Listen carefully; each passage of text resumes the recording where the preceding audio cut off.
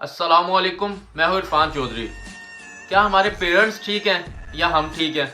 क्या हमारे टीचर्स ठीक हैं या स्टूडेंट ठीक है? क्या हस्बैंड ठीक है या वाइफ ठीक है? बेसिकली हमें जो भी काम करना होता है ना, उसमें एक बेसिकली इंफॉर्मेशन पड़ी होती है। हमने उस इंफॉर्मेशन को पिक करना होता है, क्योंकि कई मामला होते हैं हम कहते हैं कि यार हमारे पेरेंट्स हमारे बारे में सही डिसीजन नहीं ले पा रहे, या हस्बैंड वाइफ के दरमियान तलाक क्यों हो जाती है? मिसअंडरस्टैंडिंग की वजह से। रीजंस पीछे देखी जाए कुछ भी नहीं है। दो चीजों को आपने मस्ट हमेशा अपने माइंड में रखना है। एक, जब भी कोई डिसीजन लेने लगना है, सोचो सबसे पहले इंसान की सोच वैसे ही खत्म हो जाती है, लेकिन मस्ट ये चीज को माइंड में रखोगे, गुस्से में आप कभी ना हो। अगर गुस्से में हो ना, एक दिन डिले कर दो आप।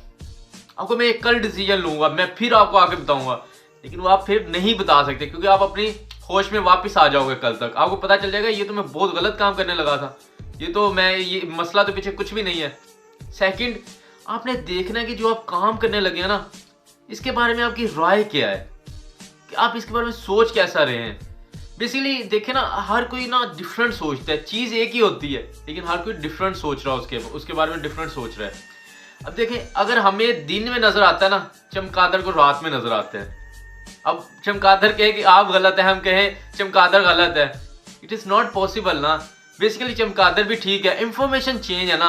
हम चमगादड़ को कभी ये कन्वेंस कर ही नहीं सकते कि आज तुम आओ इधर आओ, हम तुम्हें समझाते हैं। दिन के टाइम नजर आता है, हमें दिन के टाइम नजर आ रहा है।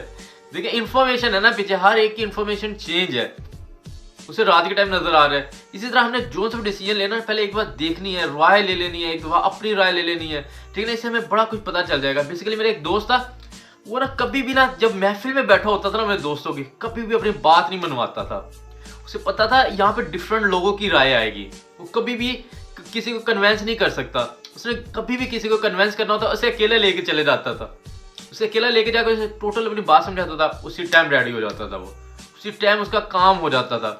मुझे कह रहा था, कह रहा मैं जब भी काम लिखवाना है या किसी को काम कहना ना, मैंने अकेले लेके जाके समझाना है, अपनी अपनी पूरी यानी कि मेरे जो नॉलेज है उस चीज़ के बारे में उससे शेयर करना है। वो कहते हैं हाँ बिल्कुल आप ठीक कह रहे हो, मैं रेडी हूँ आपके साथ ये काम करने के लिए।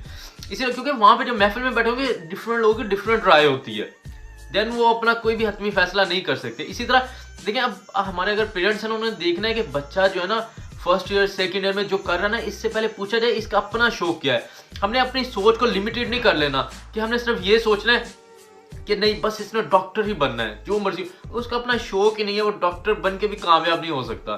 कितनी मेहनत कर लेगा, आखिर तो एक दिन उसके माइंड में दोबारा आ जाएगा, ये मेरा शोबा ही नहीं है, मेरी फील्ड कोई और है, मुझे उधर ज्यादा यानी कि मजा आना है, पैशनेट होकर मैंने काम करना है। इस तरह हमने पहले ना अपने आप को भी देखना है, और हमने देखना कि हम जो फैसला किसी के लिए लेने लगे, अपने के लिए लेने लगे, क्या ये बिल्कुल ठीक है। देन आप देखना बड़ा अच्छा डिसीजन ले सकेंगे। क्योंकि हम अपनी सोच को बहुत ज्यादा छोटा सा कर लेते हैं। हम कहते हैं कि नहीं बस इतना हमने सोच के खत्म कर देना है। इस तरह नहीं है, हर चीज हर कोई डिफरेंट राय रखता है।